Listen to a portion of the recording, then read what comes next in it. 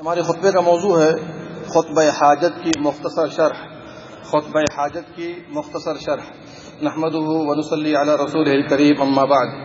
مسلمانوں، نبی اکرم صلی اللہ علیہ وسلم کا وہ جامع اور مبارک خطبہ جو آپ صلی اللہ علیہ وسلم اپنے وعظ، تقریر، خطبہ جمعہ و عیدین اور نکاح سے پہلے پڑھا کرتے تھے، اسے خطبہ حاجت کہا جاتا ہے، جو تھوڑے الفاظ کے فرق کے ساتھ صحیح مسلم، ابو داؤد، ترمذی، نسائی، ابن ماجہ وغیرہ میں متعدد صحابہ کرام سے موجود ہے. ان میں عبداللہ ابن مسعود اور عبداللہ ابن عباس رضی اللہ عنہما سر فہرست ہیں. خطبہ حاجت کے الفاظ کیا ہیں؟ الحمدللہ نحمده ونستعینه ونستغفره ونعوذ باللہ من شرور انفسنا ومن سیئات اعمالنا من يهده الله فلا مضل له ومن يضلله فلا هادي له واشهد ان لا اله الا الله وحده لا شريك له واشهد ان محمدا عبده ورسوله. آئیے ترجمہ سن لیں. پہلے سب تعریفیں اللہ ہی کے لیے ہے، اس کے لیے ہم اس کی تعریف کرتے ہیں، اس لیے ہم اس کی تعریف کرتے ہیں، یعنی ہمیشہ، اور اپنے ہر کام میں اسی سے مدد مانگتے ہیں. ہم اللہ سے اپنے گناہوں کی بخشش چاہتے ہیں. ہم اپنے نفس کی شرارتوں اور اپنے برے اعمال سے بھی اللہ کی پناہ طلب کرتے ہیں. یقین مانیں کہ جسے اللہ راہ دکھا دے اسے کوئی گمراہ نہیں کر سکتا، اور جسے وہ خود ہی اپنے در سے دھتکار دے اس کے لیے کوئی رہبر نہیں ہو سکتا. اور میں تہہ دل سے گواہی دیتا ہوں کہ معبود برحق صرف اللہ تعالیٰ ہی ہے، اور وہ اکیلا ہے، اس کا کوئی شریک نہیں. اسی طرح اعماق قلب سے اس بات کا بھی گواہ ہوں کہ محمد صلی اللہ علیہ وسلم اس کے خاص بندے اور آخری رسول ہیں صلی اللہ علیہ وسلم.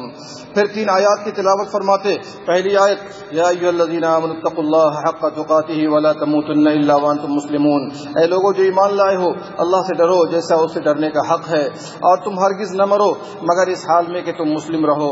دوسری آیت، یا ایھا الناس اتقوا ربکم الذی خلقکم من نفس واحدہ وخلق منها زوجها وبث منهما رجالا كثيرا ونساء واتقوا الله الذي تساءلون به والارحام ان اللہ کان علیکم رقیبا.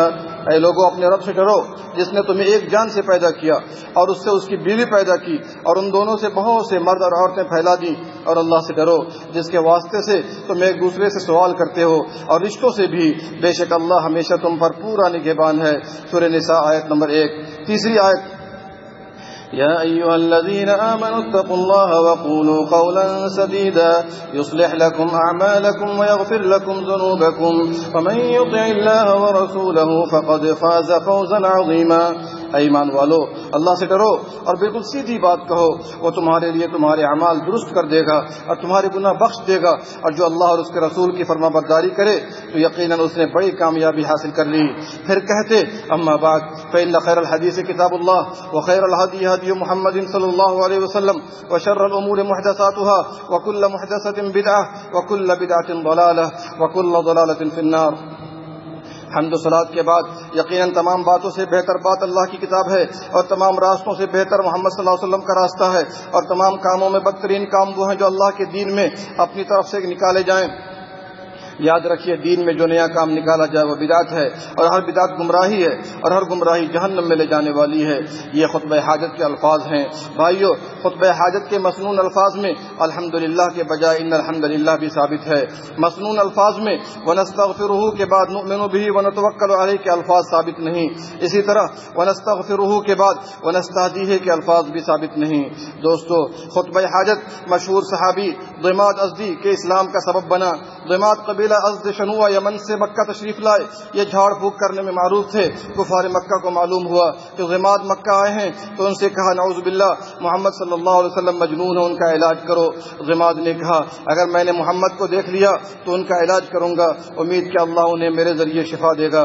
چنانچہ آپ صلی اللہ علیہ وسلم سے ملاقات ہو گئی تو ضماد نے آپ سے کہا، میں جھاڑ پھونک کرتا ہوں تو کیا میں آپ کا علاج کروں؟ چنانچہ نبی صلی اللہ علیہ وسلم نے پڑھا، ان الحمدللہ نحمدہ سے آخر تک. ضماد نے کہا، ان کلمات کو دہراؤ. نبی صلی اللہ علیہ وسلم نے 3 مرتبہ دہرایا. ضماد نے کہا، میں نے کاہنوں، جادوگروں اور شعراء کے کلام کو سنا لیکن اس جیسا کلام نہیں پایا.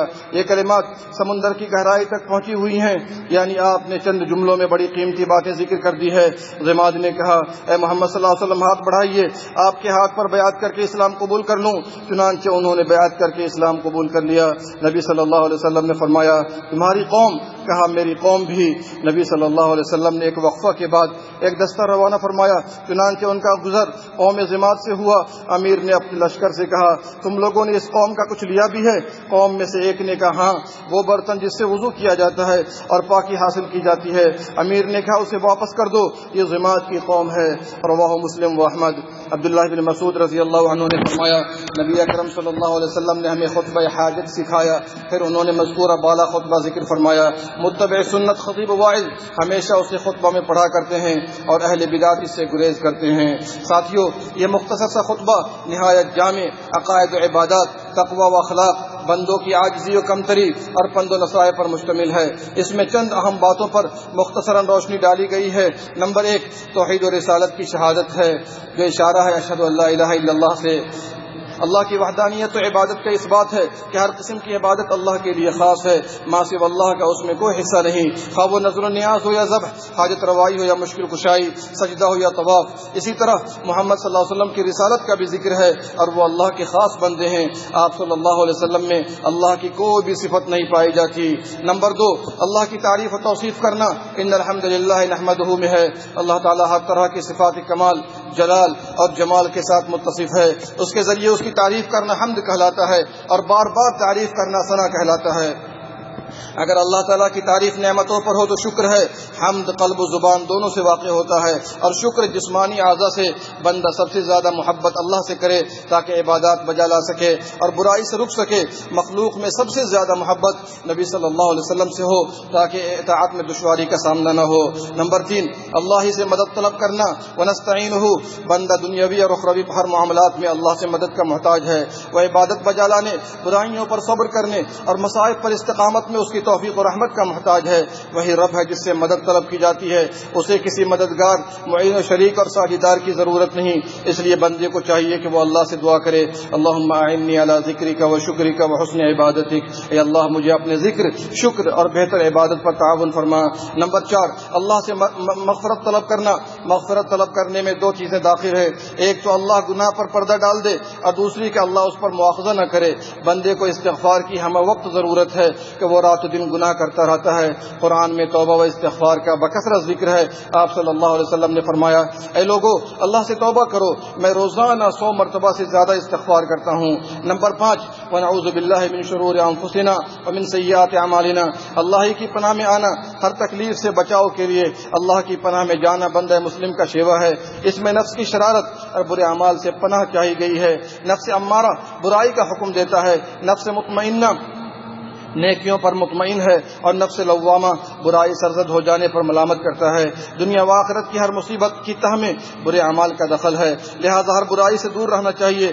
بندہ اللہ کے غضب، جہنم، قرض اور ہر قابل ضرر اشیاء سے اللہ کی پناہ میں آئے۔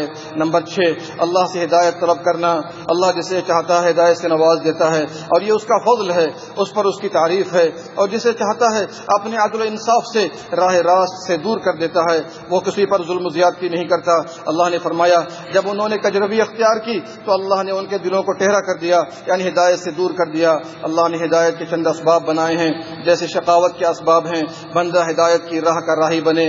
ایک ہدایت مجمل ہے اور ایک مفصل۔ مجمل ہدایت یہ ہے کہ بندے کو ایمان و اسلام کی توفیق ملے، اور مفصل یہ ہے کہ بندہ ایمان و اسلام کے تقاضے پر عمل پیرا ہو، عبادات بجا لائے اور برائی سے دور ہو۔ اس لیے ہم دعا کرتے ہیں اہدنا الصراط المستقیم، اے اللہ سیدھے راستے پر چلا، اس پر ثابت قدم رکھ۔ ہدایت کی 2 قسمیں ہیں، ہدایت توفیق تو یہ اللہ کے ہاتھ میں ہے، دوسری ہدایت بیان و ارشاد تو یہ انبیاء کرام و علماء اعظام کی ذمہ داری ہے۔ کوئی بھی بندہ ہدایت پر نہیں آ سکتا جب تک وہ تمام معاملات میں نبی رحمت صلی اللہ علیہ وسلم کی پیروی نہ کرے۔ انبیاء کرام بلا شبہ ہدایت پر گامزن تھے، اس کے باوجود ہدایت کا سوال کیا کرتے تھے۔ آپ صلی اللہ علیہ وسلم کی مشہور دعاؤں میں سے ہے اللہم انی اسألک الہدی والتقی والعفاف والغنی، اے اللہ میں تجھ سے ہدایت، تقوی، پاک دامنی اور بے نیازی کا سوال کرتا ہوں۔ نمبر 7 چاروں آیات میں مجموعی طور پر تقوی، سچی و نرم بات اور نیک اعمال کا حکم ہے۔